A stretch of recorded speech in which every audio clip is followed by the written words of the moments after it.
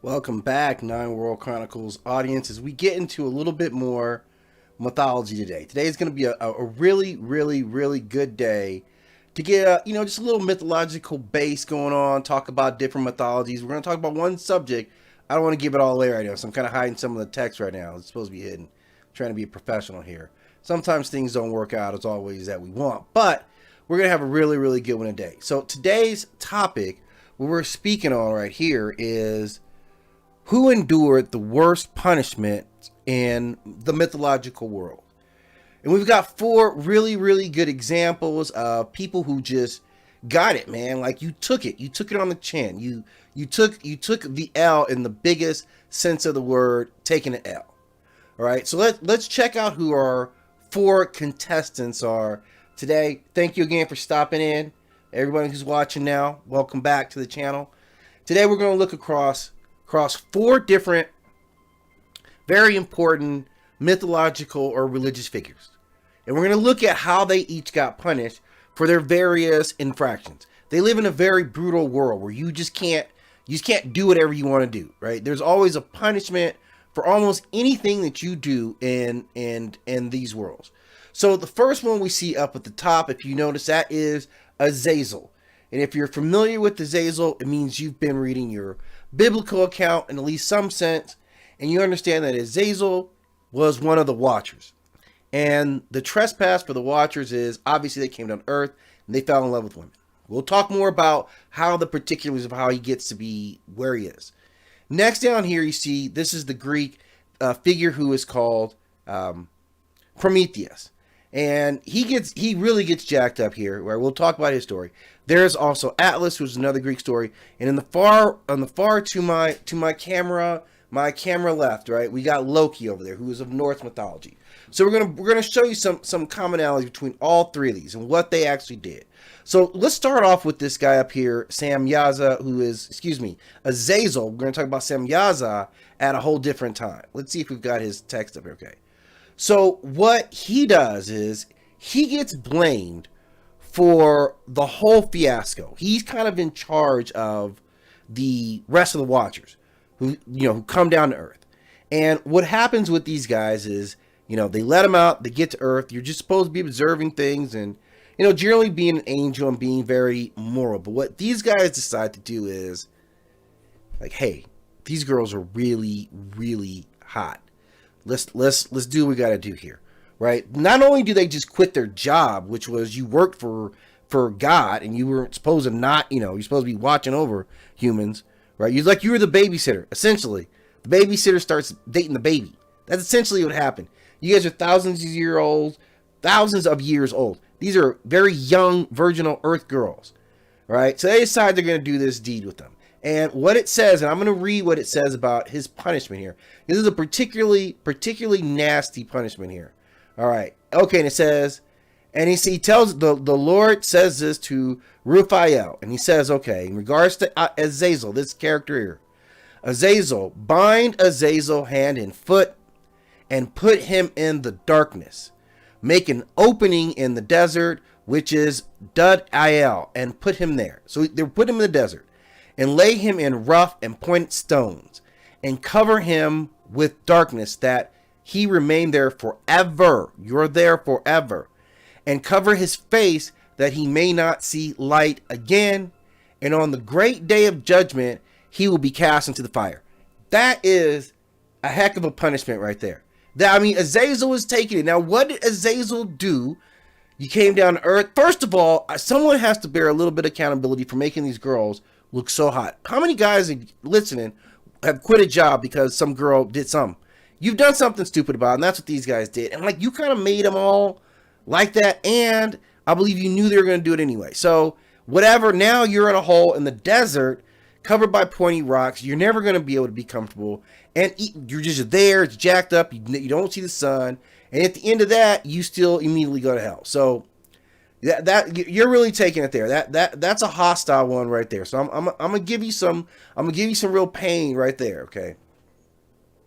The next guy we're going to talk about here is the Greek figure who is Atlas, right? And Atlas was one of the Titans, and his trespass was that he rode up with the Titans against Zeus. The Titans, they were tired of Zeus. Not everybody likes Zeus. You're out sleeping with everybody's wives, right? So Atlas and the other Titans got together and they said, this is our job. We're going to rise up against the Greek, the Greek pantheon's rulership by Zeus. And of course they got beaten down. That's what happens when you take on the throne. There's always a risk to taking on the throne. They took on the law and the law won. That's literally what it is. So after this, what Zeus said is, okay, I'll fix you. You're going to hold up the heavens for the rest of all time. That's your job. Doesn't sound like a very complex job, but you never get any time off. You're there constantly, and this is heavy. It's backbreaking. You're down on one knee already. And to make it worse, you're consigned to do this for all eternity, not one holiday off, nothing. No one brings you water. You're just there. And I mean, it's not like at night you put it down. No, I don't even know if you must sleep like this. And here's the real tragedy for this guy, Prometheus, for this guy, Atlas, right? According to one mythology, you actually tricked Hercules into taking your load. You got Hercules to bear this load for you. Right? So you're like, yeah, okay, Hercules, I'm out. You're bearing the load now. And Hercules is like, damn, I'm stuck. Well, Hercules is quick on his feet. Hercules says, okay, if I'm going to have to bear this load, you got to let me shift it on my shoulders, right? So I can properly brace it. And while you agree to help him, he slips up from under it. Now it's back on your back. And Hercules bones out. And he's like, yeah, that wasn't going to happen. So that's how that story goes. It gets worse for him because you probably could have got away and left him on Hercules, but he outsmarted you. Next we see over here, we see Loki. And what's going on with this situation with Loki? He's obviously a Norse deity, and he's being punished for the sin of killing Balder, who was the golden one of this Norse kingdom, of the Aesir, right? The Asgardians. So he what he does is, Freya works a deal out with all creation, everything. She didn't stop by and talk to me. I don't know if she talked to you guys, but she apparently went around to everything and everybody and said, hey, I want to get you part of this agreement that you will never, ever harm Balder. And a bunch of people agreed. And the one person she didn't ask, or the thing she didn't ask, was a mistletoe. So of course Loki knows this. How he knows everything. This guy must read every almanac. He figures this out, so of course he grows a special mistletoe tree that's larger, and he makes an arrow out of it. And while the gods are playing games and shooting arrows at Balder, the golden one, who is always protected, he tricks one of the other gods, happens to be Balder's brother, and gets him to stab you with this arrow. I'm looking at some Azazeal stuff very hard right now. I don't necessarily see it, but I'm looking at some Azazeal right now. In fact, I'm doing a profile on him too. So we're going to talk a little bit more about Azazeal. So we got some really bad stuff happening to each one of these guys. So Loki's there, and he kills Balder, and they're like, look, Loki, we're tired of your nonsense. They tie him to a rock here, right? They tie him down to a rock. And the whole message is that, look, Loki, what we're going to do is we're going to have this venomous snake stand above you. And this snake is going to spew venom on your face 24/7. That's just what it's happening all the time now. Never goes away. So what you see there is Loki's tied down. The snake is above him, if you can see that. And that's Loki's wife. And what she's doing is catching the venom in this bowl that can contain it. So she catches the venom, the bowl fills up, she goes away and empties it, and in that time, of course, the venom's on his face, and he's getting burned up. And this just is going to happen. This is all. I don't know if she stays there overnight. I'm sure she has to go. I don't know how this works. It seems like there's no restroom breaks for anybody involved in the situation. I'm sure Loki probably doesn't feel like eating when there's acid burning on your face, but that is the punishment that Loki gets for killing Balder, who is the golden son of Asgard. And he's going to stay like this until Ragnarok happens. And when Ragnarok happens, he's going to be freed somehow. And he will lead the monstrous forces against the Aesir, Thor, Odin, and of course Balder, who will be reborn. So everyone comes back in Asgard because it's the biggest fight that they've ever had. So they're all going to get together and duke this thing out. So that's his punishment. So every day until then, snake acid in the face all day long, every day. Hope your wife doesn't get tired. I hope she has someone else to fill in for her as well. So our last guy here down at the bottom here, this is Prometheus, this buff-looking guy here. And Prometheus is actually one of the Greek gods. And he was a craftsman and worked with tooling. This guy worked with his hands. He was a really, really, really great god. And what he did wrong, his trespass was bringing fire to mankind. And as we know, every fundamental technology that we developed, making metals, developing different housing, even for agriculture, eating, was developed off of the ability to control fire. So he gave us that. This was a great technological advancement that we have to be very thankful for. So he drops fire on us. And the rest of the gods don't like that, because previously you had to just wait for a random occurrence of fire, a lightning strike. You had to ride Zeus, bring him, offerings, ambrosia, all this stuff, until he made some lightning come and you could pick up some fire. Otherwise, there was no creating fire on your own. And this guy says, hey, I'm going to give you guys fire every single day. Now you can smelt metals. Now you can cook your food. Now you can sterilize items. You can do a whole host of other things now because you have fire. So you have to be thankful. So what was his punishment? The god said, for dispensing knowledge to people, we're going to bind you to a rock, and an eagle is going to come and eat your liver every single day. And your liver always grows back.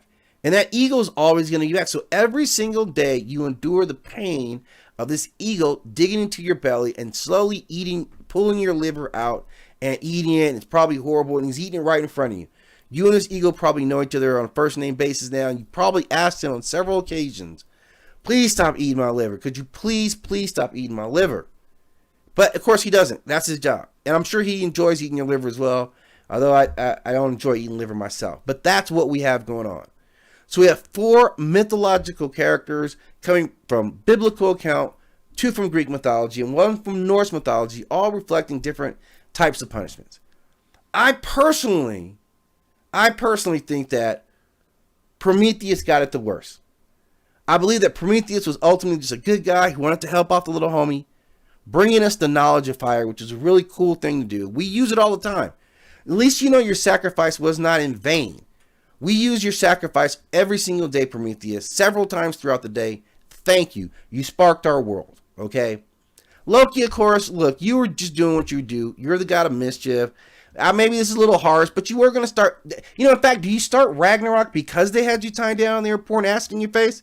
Because that's kind of the funny thing. Like, you get free that day and you take all the animals down and go and ride on Asgard. So maybe, I don't know, I don't know. Everybody was wrong here. He did commit a murder, but looks like you brought an enemy. Titan, the Atlas, you lost the fight. You shouldn't have lost it. You know what Zeus is going to do. And as far as Azazeal, I understand, man. I probably would have made that same mistake that you make. I totally get where you're coming from, what your motivation was, and I think that's harsh, man. I think that's really harsh. I think you took an L there. Azazeal. Anyway, thank you guys for stopping in. I will probably be making some profiles about each one of these figures that we mentioned here. And as always, stop at the website and check out more videos. We do have the 9 Creator Studio, 9creator.studio. Drop the link in if you want to check out some of the other videos. See how some of the stories link up, because I can do it kind of in between different entries. And as always, we appreciate you stopping in. Make sure you like and subscribe and click that notification button. And as always, we'll see you with more mythology.